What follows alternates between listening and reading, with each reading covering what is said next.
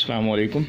ये क्वेश्चन जो मैं आपको करवाने जा रहा हूँ ये 2018 के से जब ये पैटर्न चेंज हुआ है तो तब से ये क्वेश्चन जो है वो आ रहा है। पहले जो है जस्ट आपके पास आता था balance the following chemical equations, लेकिन अब ये क्वेश्चन चेंज होकर इस तरह आने लगा कि reproduce the following reaction in the form of balance chemical equations. यानी हमें वर्डिंग में जो है वो दी जाती है, जो है एक केमिकल रिएक्शन दिया जाता है जो कि वर्डिंग में होता है। दैन हमने उसको वर्डिंग से इक्वेशन बनानी होती है और इक्वेशन से फिर हमने उसको बैलेंस करना होता है। तो अगर आपके पास कुछ इस तरह से जो है वो आ जाए कि लिखा हुआ हो आपके पास कि हाइड्रोजन रिएक्ट कर रहा है, hydrogen react with chlorine to form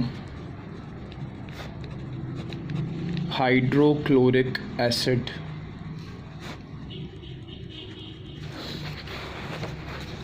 इसमें कुछ जो है इक्वेशंस इस तरह की भी है, कुछ केमिकल रिएक्शंस इस तरह के भी आए हैं कि उनको बैलेंस करने की ज़रूरत नहीं पड़ती। जिस तरह 2019 के पेपर में आप देखेंगे एक इक्वेशन जो है वो इथीन वाली जो है आई हुई है, तो उसमें बैलेंस नहीं करना, जस्ट उसको जो है वो लिखना है इस वर्डिंग की मदद से।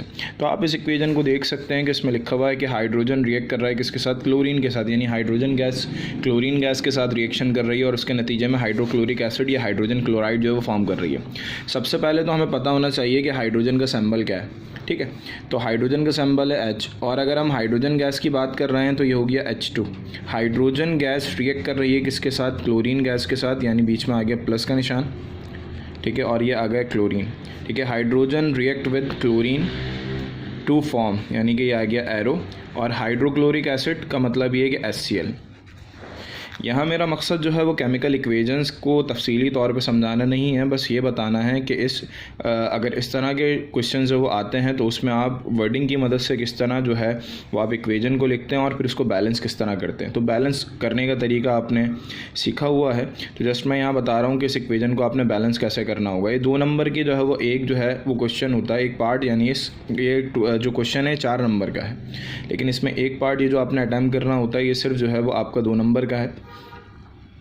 तो इसमें 1 नंबर जो है वर्डिंग से इक्वेशन लिखने का है, दैन जो दूसरा इसमें नंबर जो आपको मिलेगा वो मिलेगा बेटा इस इक्वेशन को बैलेंस करने का, ठीक है। ये आपने पहला काम कर दिया, यानी इस वर्डिंग से इक्वेशन आपने बना दी। अब दूसरा काम जो आपने करना है वो ये करना है कि इसको करना है बैलेंस। तो 2 तरीके हैं, चाहें तो इसी में बैलेंस कर दें आप इसको, चाहें तो दूसरे जो है लाइन में सेम इसी तरह एज इट इज़ इक्वेशन उतारें, और इक्वेशन उतारने के बाद आप क्या करें कि इसको बैलेंस कर दें। देखें बेटा हाइड्रोजन यहाँ पे 2 है रिएक्टेंट साइड पे, और क्लोरीन भी कितने हैं, रिएक्टेंट साइड पे 2 है, ठीक है। जबकि अगर आप प्रोडक्ट साइड पे देखेंगे तो हाइड्रोजन और क्लोरीन की तादाद क्या है, 1 है।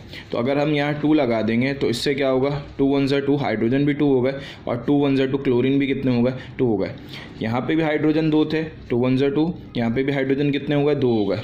यहाँ पे भी क्लोरीन कितने थे, 2 थे, और यहाँ पे भी जो है वो क्लोरीन 2 लगने से क्या हो गए, 2, यानी 2 1 2, ठीक है। अगर दूसरी इक्वेशन आप लोगों के पास आए कुछ इसी से रिलेटेड, और उसमें हो कि zinc react with hydrochloric acid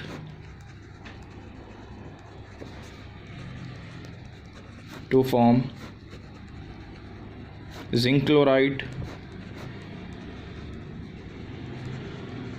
and hydrogen gas. ये इक्वेशन लास्ट ईयर भी ये वर्डिंग के साथ इक्वेशन लास्ट ईयर भी आपको सॉल्व करने के लिए कही गई है, ठीक है। तो इसमें देखें जिंक का सिंबल होता है Zn, रिएक्ट किसके साथ कर रहा है, हाइड्रोक्लोरिक एसिड, इसका मतलब है HCl के साथ। और बेटा जो प्रोडक्ट फॉर्म करेगा यानी टू फॉर्म जिंक क्लोराइड यानी ZnCl2 और हाइड्रोजन गैस। अब देखें जिंक यहाँ पे भी 1 है, जिंक यहाँ पे भी 1 है, ऐसा ही है। जिंक तो है बैलेंस। अब अगर हाइड्रोजन की बात करें तो हाइड्रोजन रिएक्टेंट साइड पे 1 है और प्रोडक्ट साइड पे कितने हैं, 2। क्लोरीन यहाँ पे भी 1 है और यहाँ पे कितने हैं, 2। इसका मतलब ये जो हमने ऊपर इक्वेशन को बैलेंस किया है उसी तरह ये इक्वेशन जो वो बैलेंस हो जाएगी। दोबारा से लिखना चाहें तो दोबारा से लिख दें। सिर्फ हम रिएक्टेंट साइड पे 2 लगा देंगे तो जिसकी मदद से 2 1 से 2 हाइड्रोजन 2 हो गए और यहाँ पे भी हाइड्रोजन 2 हैं, जबकि यहाँ आप देखेंगे 2 1 से 2 क्लोरीन कितने हो गए 2 और यहाँ पे भी क्लोरीन कितने हैं 2।